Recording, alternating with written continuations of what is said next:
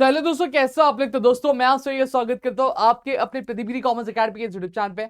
Already दोस्तों मैंने पहला चैप्टर जो था बहुत ही बेहतरीन तरीके से कवर कर दिया। आज मैं आपके लेकर आ गया हूँ सेकंड चैप्टर। यहाँ से सेकंड चैप्टर की मैं बात करता हूँ तो ये है आपका यूटिलिटी। अब सबसे पहली चीज यहाँ पे मैं आपको बता दूं, अगर आपको ये नोट्स चाहिए तो ये नोट्स आपको मिल जाएंगे हमारे प्रतिबिधि कॉमर्स अकेडमी के एप्लीकेशन पे, जिसके लिंक मेरे डिस्क्रिप्शन में। साथ ही साथ व्हाट्सएप चैनल पे ज्वाइन कर लेना, क्योंकि जितने भी लेक्चर के अपडेट्स होते हैं, जितनी भी चीजें होती हैं, वो सारी चीजें आपको वहीं पे क्या अपडेट देखने मिलती हैं।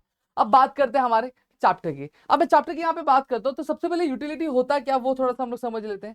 यूटिलिटी मतलब क्या है, ठीक है। यूटिलिटी मतलब किसी भी कमोडिटी की जो एक पावर होती है कि वो क्या कर सकती है कि सामने वाले इंसान की जो वांट को सेटिस्फाई कर सके, उसी पावर को हम लोग क्या कर सकते हैं, यूटिलिटी क्या कहते हैं। जैसे फॉर एग्जाम्पल अगर मैं बात करूं, मैं अभी पढ़ा रहा हूँ, पढ़ाते पढ़ाते मुझे प्यास लग गया। अब मेरी प्यास बुझाने की जो पावर वो किसके पास होगी, बड़ा सी बात है, पानी के पास।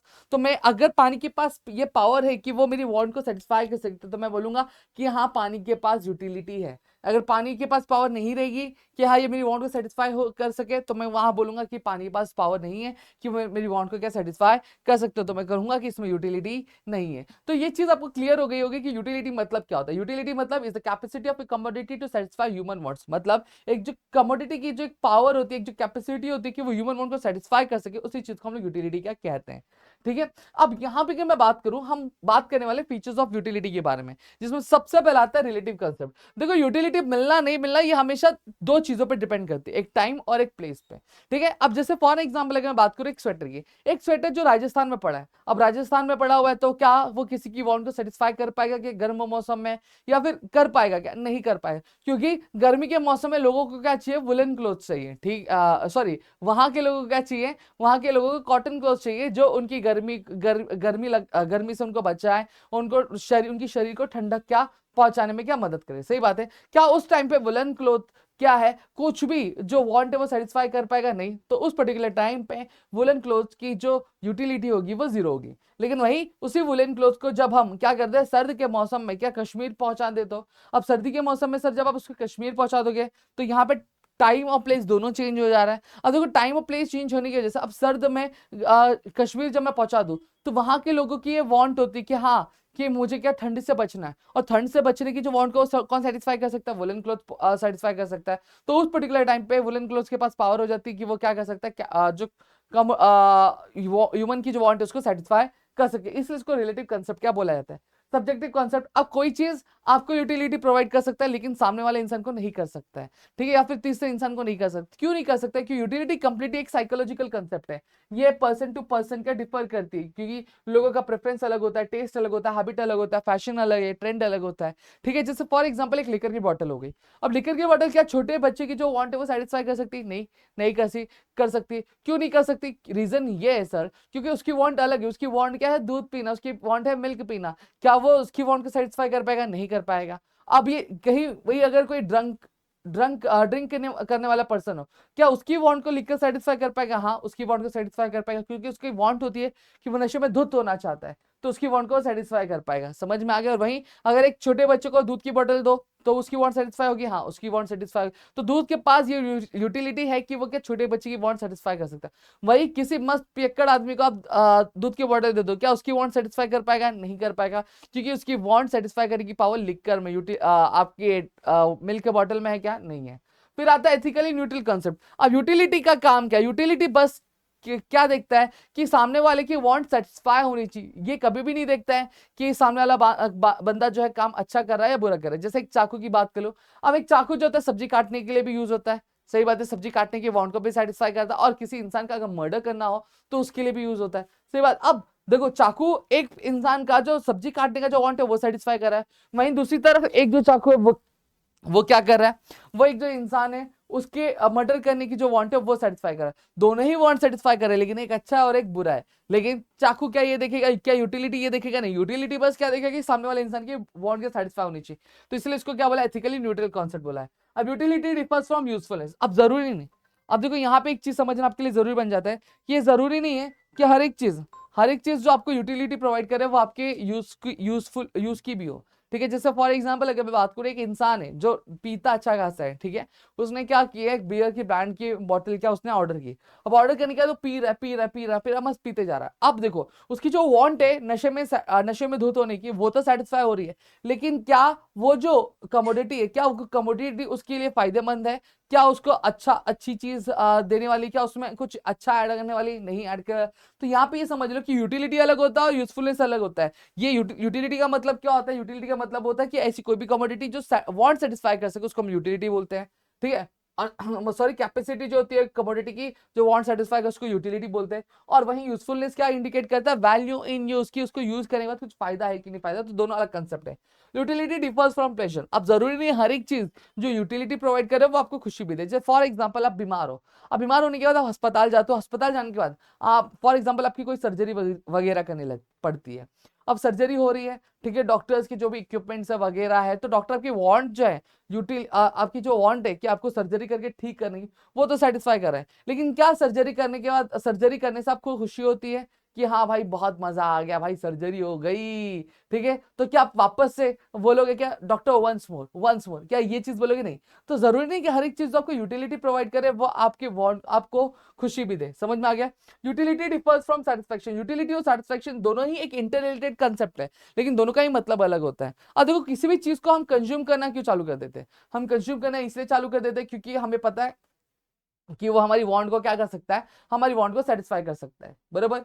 हाँ, तो वो उसको हम क्या करते हैं, उसको यूज करना चालू कर देते हैं, ठीक है। अब उसी को हम लोग क्या बोलते हैं, यूटिलिटी बोलते हैं। अब यहाँ पे यूटिलिटी की वजह से हमने स्टार्ट कर दिया कंज्यूम करना, तो हमारा कंजम्पशन हो गया, ठीक है। लेकिन अब कंजम्पशन हम रोकते कब है कि कोई फॉर एग्जाम्पल मैं पानी पी रहा हूँ क्योंकि मुझे प्यास लगी, मुझे पता है कि ये पानी की बोतल में यूटिलिटी है कि मेरी वांट को सेटिस्फाई कर सके, तो मैं पी रहा हूँ पी रहा हूँ पी रहा हूँ। अब मैं पीना कब बंद करूंगा?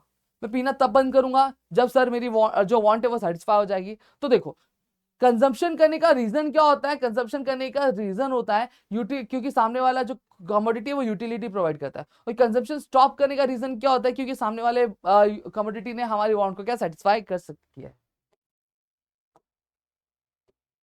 फिर क्या बोला है, यूटिलिटी डिफर्स फ्रॉम सेटिस्फैक्शन। देखो utility is a cause of consumption, satisfaction is the result of consumption. मतलब यूटिलिटी, अगर मैं बात सॉरी यूटिलिटी सॉरी ये हो गया मेजरमेंट ऑफ यूटिलिटी इज हिपोथेटिकल। मतलब यहाँ पे ध्यान दो, यूटिलिटी को कभी भी हम क्या नंबर्स में काउंट नहीं कर सकते, हम परसेंटेज में क्या डिराइव नहीं कर सकते। एक चीज बता रहा हूँ, हमें कभी भी अगर कोई चीज अच्छी लगती है तो हम बोलते हैं हाँ मजा आ गया, हमें कोई चीज खराब लगती है तो हम बोलते हैं बहुत बुरा है। कोई वजह से पानी का बॉटल पी रहा हूँ उसमें पानी में कुछ मिक्स है, ठीक है, जिसका टेस्ट बहुत खराब है, तो मैं ये नहीं बोलूंगा कि बहुत गंदा लगा, मैं ये नहीं बोलूंगा कि 10% गंदा लगा या फिर 20% गंदा लगा, मैं ये बोलूंगा बहुत गंदा था।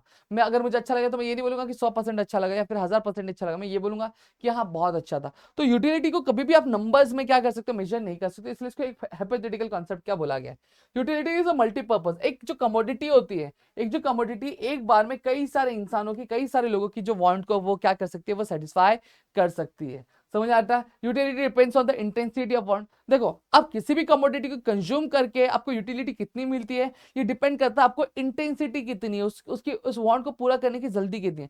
जैसे फॉर एग्जांपल आप बहुत दूर से भाग भाग के आए, पानी का बॉटल रखा हुआ है, अब आप पी रहे हो और मैं यहीं पे हूं, मैं जो खड़ा हूं और मैं पी रहा हूं, मुझे इतनी प्यास नहीं फिर भी मैं पी रहा हूं, तो मुझे यूटिलिटी इतनी मिलेगी क्या? नहीं, यूटिलिटी मिलेगी, लेकिन जितना वो जो इंसान 10 किलोमीटर भाग के हफ्ता हफ्ता आ रहा है, जिसको प्यास से मरा जा रहा है, उसको जितनी यूटिलिटी मिलेगी क्या उतनी मुझे मिलेगी? नहीं।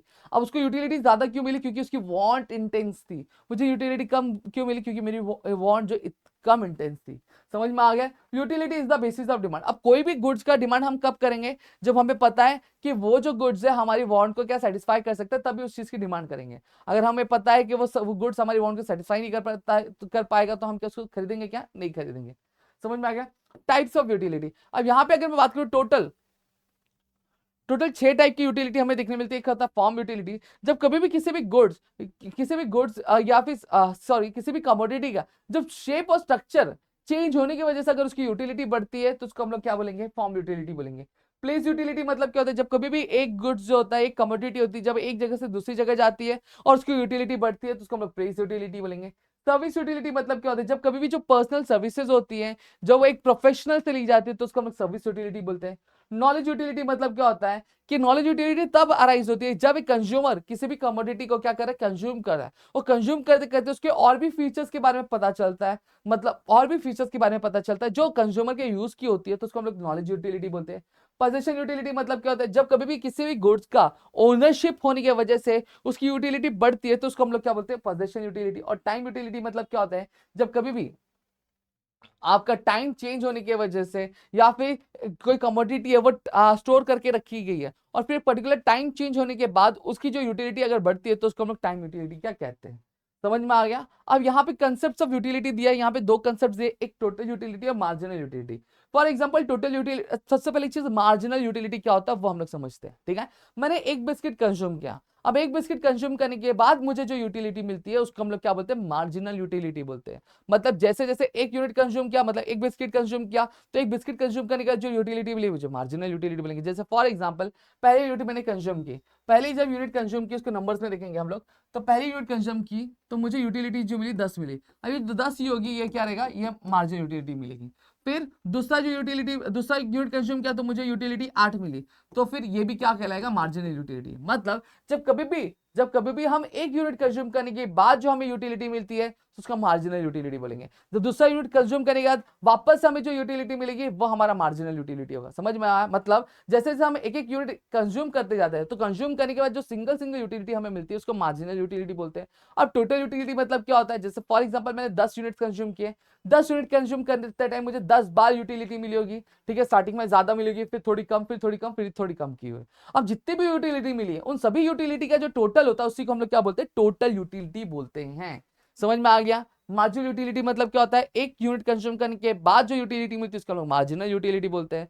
टोटल यूटिलिटी मतलब क्या होता है, जितनी यूनिट्स होती है टोटल यूनिट्स को कंज्यूम करने के बाद, हर एक यूनिट कंज्यूम करने के बाद जो यूटिलिटी मिली है, ठीक है, उन सभी यूटिलिटी का जो टोटल होता है उसी को हम लोग टोटल यूटिलिटी क्या कहते हैं। समझ में आ गया। 10 यूनिट कंज्यूम की, 10 यूनिट कंज्यूम करने का जो यूटिलिटी हमें मिली थी उन सभी यूटिलिटी का जो टोटल होता है उसको हम लोग मार्जिनल टोटल यूटिलिटी क्या हम कहते हैं। ठीक है, अब यहाँ पे relationship between total utility and marginal utility. सबसे पहली चीज यहाँ पे आप ग्राफ समझ लो कि जो एक्स एक्सिस है वो क्या मेजर कर रहा है, यूनिट ऑफ कमोडिटी मेजर कर रहा है। जो वाई एक्सिस है वो क्या मेजर कर, टोटल यूटिलिटी और मार्जिनल यूटिलिटी क्या मेजर कर रहा है। यहाँ पे जो एक्स है ये एक्स क्या यूनिट कर रहा है, एक्स जो यूनिट कर रहा है यूनिट ऑफ एक्स, एक्स मतलब क्या होता है, कमोडिटी।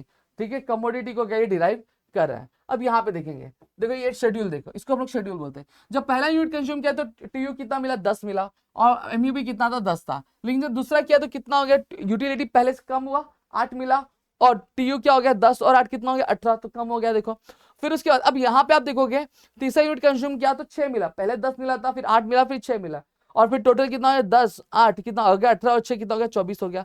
फिर चौथा यूनिट कंज्यूम किया तो यूटिलिटी कितना हो गया, और कम। मतलब पहले जब पहला ग्लास पानी पीते प्यास से तो बहुत मजा आता है, फिर दूसरा पीते थोड़ा कम मजा, फिर तीसरा पीते और कम, फिर चौथा पीते और कम मजा आता है। तो उसी तरीके से मार्जिनल यूटिलिटी भी क्या होता है, कम होते जा रहा है। फिर चौथा यूनिट कंज्यूम किया तो कितना मिला, यूटिलिटी 4 मिला। अब टोटल क्या इन सब का तो कितना हो गया, 28 टोटल यूटिलिटी हो गया चौथी यूनिट्स पे कंज्यूम करने पर। फिर पांचवा यूनिट कंज्यूम किया तो कितना मिला, 2 मिला। ठीक है, अब टोटल किया तो 30 मिला। अब फिर एक पर्टिकुलर पॉइंट पे इंसान होता है बस अब बहुत हो गया, ठीक है, वो कंज्यूम करता है, फिर तो उसको यूटिलिटी मिलती, मजा आता है क्या, नहीं, 0 मिलता है। फिर टोटल किया तो 30 + 0 0 ही होता है। फिर एक यूनिट कंज्यूम जबरदस्ती करवाएगा तो कितना होता है, उसकी यूटिलिटी डिस यूटिलिटी में कंज्यूम होने लगती है, तो वो क्या होती है, वो -2 हो जाती है, तो 30 - 2 28 यहाँ पे हो जाता है। अब यहाँ पे देखना, अब आप देखोगे पहले जो टोटल यूटिलिटी है 10 की स्पीड में बढ़ रहा था, ठीक है, फिर कितना हुआ, 8 की स्पीड में बढ़ने लगा, अब 8 से फिर 6 की स्पीड में बढ़ने लगा, फिर 6 से फिर 4 की स्पीड में, फिर 4 से 2 की स्पीड में, फिर 2 से 0 की, और फिर माइनस में जाने लग गया। मतलब यहाँ पे टोटल यूटिलिटी बढ़ तो रहा है लेकिन उसका जो बढ़ने का जो रेट था वो क्या होता है, कम होते जा रहा है, और इसी कम होने को हम लोग क्या बोलते हैं इकोनॉमिक्स में, डिमिनिशिंग रेट। क्या बोलते हैं, डिमिनिशिंग रेट। अब यहाँ पे ध्यान दो, जब पहला यूनिट कंज्यूम किया गया तो टीयू और एमयू दोनों सेम थे, तो आप लिखोगे ये देखो यहाँ पे लिखा हुआ, for the first unit consume TU and MU are same, देखो यही लिखा है। फिर as more units are consumed TU increases at diminishing rate। अब यहाँ पे जैसे ही और यूनिट्स कंज्यूम किए जा रहे हैं तो टोटल यूटिलिटी बढ़ रहा है, लेकिन कौन से रेट में, डिमिनिशिंग रेट में। मतलब पहले जो बढ़ने की जो स्पीड थी वो 10 थी, फिर कितनी हो गई, 8 हो गई, फिर कितनी हो गई, 6, फिर 4, फिर 2, फिर 0, फिर -2 हो गई। समझ में आ गया। तो टोटल यूटिलिटी बढ़ तो रहा है लेकिन कौन से रेट में, डिमिनिशिंग रेट में क्या बढ़ रहा है, और एमयू क्या हो रहा है, कम होते जा रहा है। यही हमने देखा, देखो 10 से 8 हो गया, फिर 8 से 6, 6 से 4, फिर 2, फिर 0। समझ में आ। फिर क्या बोला गया, total utility reaches at its maximum and remains constant while MU become 0। यही देखो, यही हमने देखा है कि टोटल यूटिलिटी अपने मैक्सिमम पे पहुंच गया, फिर क्या हो गया, कांस्टेंट हो गया ना, ऊपर जा रहा है ना नीचे जा रहा है, और वहीं एमयू क्या पहुंच गया, मार्जिनल यूटिलिटी 0 पे पहुंच गया। ठीक है, फिर इसके बाद अब एक जो, अब इसी पॉइंट को जब आपका क्या टीयू अपने टॉप पे रहता, हाई पे रहता और एमयू जीरो हो जाता है, तो इसी पॉइंट को हम लोग पॉइंट ऑफ सैचुरेटी बोलते हैं। और इस पॉइंट पे आने के बाद कोई भी जो एक इंडिविजुअल बंदा रहेगा वो अपना जो कंजम्पशन है वो रोक देता है। इतना क्लियर हो गया। फिर उसके बाद अगर फिर उसके बाद भी अगर कंज्यूमर क्या करता है, कंज्यूम करता है, तो उसका जो टोटल यूटिलिटी होता है वो कम हो जाता है और जो एमयू होता है वो नेगेटिव में चला जाता है और उसकी यूटिलिटी देने वाली चीज उसको डिस यूटिलिटी में क्या कन्वर्ट हो जाती है। इतना पार्ट क्लियर हो गया। Now let's study the law of diminishing marginality, that is your DMU. देखो ये जो लॉ है ये प्रपोज किसके द्वारा किया गया था, प्रोफेसर गॉसेन द्वारा प्रपोज किया गया था। डेवलप कभी हुआ, डेवलप किसने किया, प्रोफेसर अल्फ्रेड मार्शल ने किया, उनकी किताब प्रिंसिपल ऑफ इकोनॉमिक्स में क्या किया था। अब इसके हिसाब से अल्फ्रेड मार्शल के हिसाब से इन्होंने डेफिनेशन क्या बोला गया, अदर थिंग्स रिमेनिंग कांस्टेंट, मतलब इन्होंने देखो जब स्टडी कर रहे हैं तो इन्होंने बोला कि बाकी सारी चीजें कांस्टेंट है, ठीक है। फिर इसके बाद उन्होंने क्या बोला, the additional benefit which a person derives from a given increase in the stock of thing diminishes with every increase in the stock that he already has.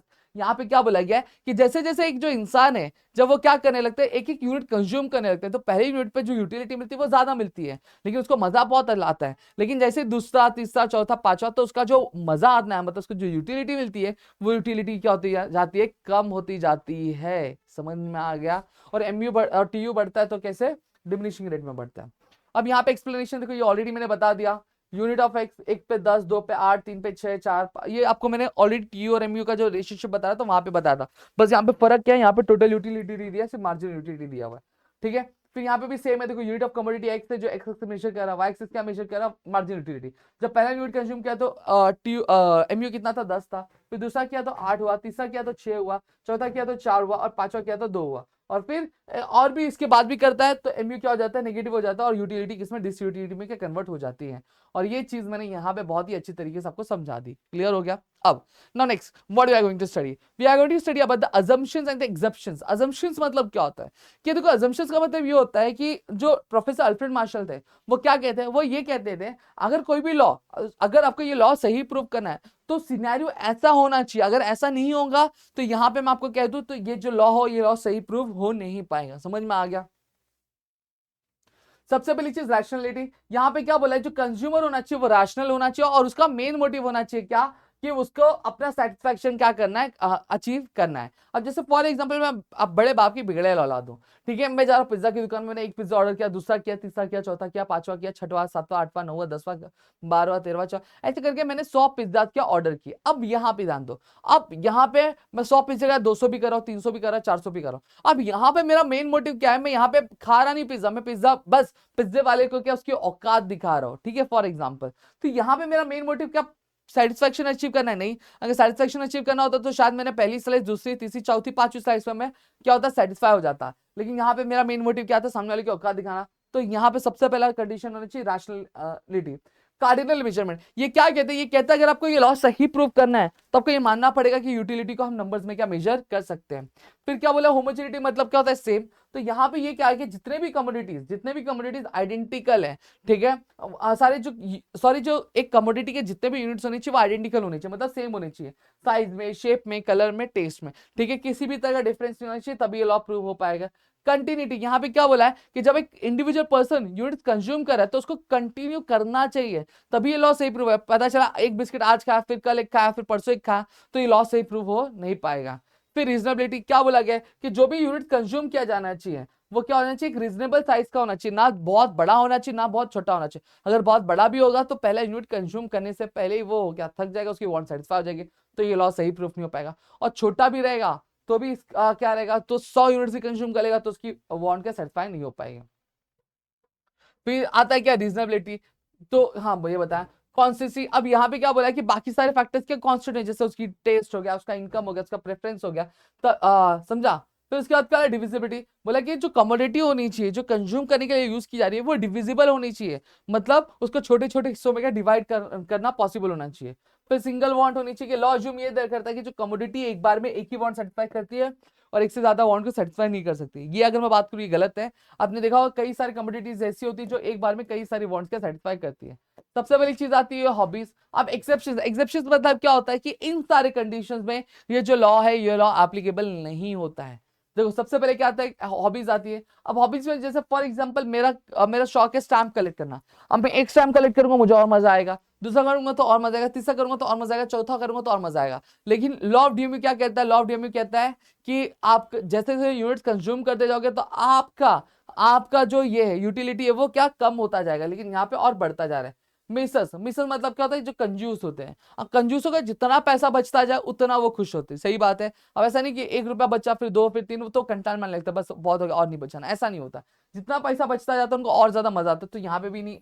Addiction, जो एक शराबी होता है उसको एक एक बॉटल पिला दो, 2 बॉटल 3 बॉटल 4 बॉटल, वो थकता है क्या नहीं, पीते ला ला उसको और मजा आता जाता है। तो यहाँ पे भी एप्लीकेबल नहीं होता है।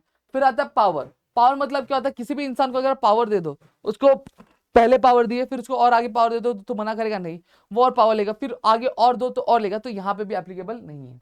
फिर आता है मनी। अब यहाँ पे क्या बोला गया कि जो मार्जिनल यूटिलिटी है मनी का वो क्या होना चाहिए? कांस्टेंट होना चाहिए। लेकिन मैं आपको बता दूं मनी का जो यूटिलिटी है वो उसको हम लोग क्या जीरो या फिर उसको क्या हम चेंज नहीं कर सकते। क्यों? क्योंकि बहुत सारे जो इकोनॉमिस्ट है वो आर्ग्यू करते हैं जो लॉ अप्लाई होता है, some economists argue that the law applies to money too, but it is observed that money has a greater utility to poor person than a rich person। अब यहाँ पे क्या बोला है कि बहुत सारे इकोनॉमिस्ट ने ये भी कहा कि जो मनी के ऊपर ये लॉ एप्लीकेबल है, लेकिन लॉ एप्लीकेबल नहीं है। क्यों एप्लीकेबल नहीं हो पाएगा? देखो, जो गरीब इंसान है जब उसको 100 रुपए का नोट मिलेगा तो उसको जो खुशी होगी, उसकी जो वांट होगी वो ज्यादा सेटिस्फाई होगी।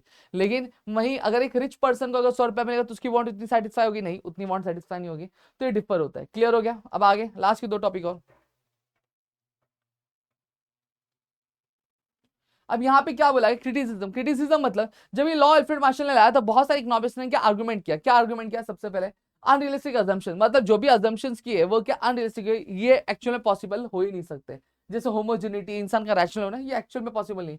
Cardinal measurement. अब यहाँ पे यूटिलिटी एक साइकोलॉजिकल कंसेप्ट है, क्या उसको हम लोग नंबर्स में कैलकुलेट कर सकते हैं? नहीं। तो ये बोला गया।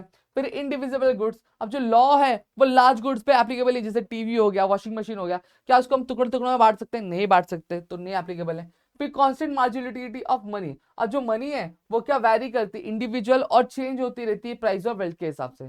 Single want focus. अब लॉ अज्यूम ये करता है कि एक बार में एक इंसान एक ही वांट को सेटिस्फाई करना चाहिए। नहीं, ऐसा नहीं होता है। एक बार में जो एक इंसान है कई सारे वांट्स को अपने क्या सेटिस्फाई करता है।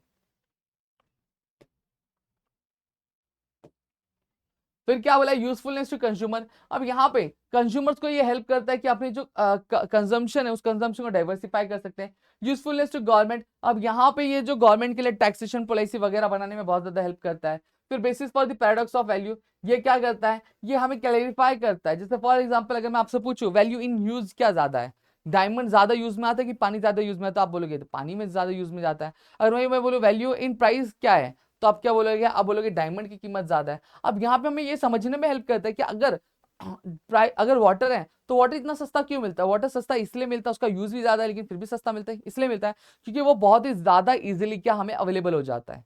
समझ में आ गया? लेकिन वही डायमंड की अगर बात करो तो डायमंड का जो डिमांड है उतना ज्यादा भी नहीं है और इतना इतना यूज में आता है, फिर भी जो लोग इसकी क्योंकि वो इजिली मिलता नहीं है। फिर आता basis of the law of demand. सही बात है। आप कोई भी कंज्यूमर है, अगर उसको यूटिलिटी किसी कमोडिटी से मिल रही होगी तभी खरीदेगा, अगर नहीं मिल रही है तो नहीं देगा। समझ आया? अब क्या बोला? Relationship between MU and price. पहला चीज क्या बोला गया? जैसे फॉर एग्जांपल यहाँ पे क्या किया गया? एक मार्जिनल यूटिलिटी को क्या 10 रुपए में क्या कन्वर्ट किया गया। अब जैसे फॉर एग्जांपल एमयू मिला, यूनिट ऑफ कमोडिटी 10 मिला, ठीक है। 10 को मैं 10 रुपए से क्या करूँ मल्टीप्लाई करूँ तो 100 मिलता है। और कमोडिटी एक एक मार्केट प्राइस जो एक पर्टिकुलर यूनिट का पर यूनिट का कितना 50 रुपया। अब 50 रुपया देने के बाद आपको कितना 100 रुपए का फायदा मिला, आप खरीदोगे कि नहीं खरीदोगे? खरीदोगे। सही बात है। तो जब कभी भी क्या हो यूटिलिटी ज्यादा मिल रही हो और प्राइस कम हो तो उसको हम लोग क्या बोलते हैं? इंट्रा मार्जिनल यूनिट्स बोलते हैं। क्या बोलते हैं? इंट्रा मार्जिनल यूनिट्स बोलते हैं। ऐसे ही चलता रहता है। अब जैसे अब देखो, अब आपको अपने चौथा यूनिट कंज्यूम किया, आपको जो यूटिलिटी मिल रही है 5 मिल रही है, ठीक है। अब 5 मिल रही है, 5 × 10 करेंगे तो 50 होता है। और एक कमोडिटी की जो प्राइस है वो भी क्या है? 50 है। अब आपको यूटिलिटी जितनी मिल रही है, जितने का प्रोडक्ट उतना ही आपको फायदा मिल रहा है, तो आप खरीदोगे क्या? नहीं खरीदोगे? बट ऑब्वियस बात है खरीदोगे। और इस तरीके यूज को हम लोग क्या बोलते हैं? मार्जिनल यूनिट बोलते हैं। क्या बोलते हैं? Marginal unit. अब एक्स्ट्रा मार्जिनल यूनिट क्या होता है? देखो, जब आप कोई भी कमोडिटी खरीद, आपको पता है कि उससे जो यूटिलिटी मिल रही है 3 मिलने वाली है। अब 3 × 10 करोगे तो 30 होता है, मतलब 30 रुपए का फायदा देने वाले और 50 रुपए की चीज है, तो आप खरीदोगे क्या? नहीं, आप खरीदोगे नहीं। खरीदोगे तो बहुत कम खरीदोगे। समझ में आ गया? तो इसको हम लोग क्या बोलते हैं? एक्स्ट्रा मार्जिनल यूनिट्स क्या बोलते हैं। तो यहाँ पे मैंने पूरी की पूरी चीजें समझा दी। होप सो यहाँ पे पूरी चीजें क्लियर हो गई होगी। स्टिल अगर और भी कोई डाउट है तो प्लीज मुझे कमेंट सेक्शन में कमेंट करके जरूर बता देना। मिलता है हमारे अगली वीडियो में। जय हिंद दोस्तों।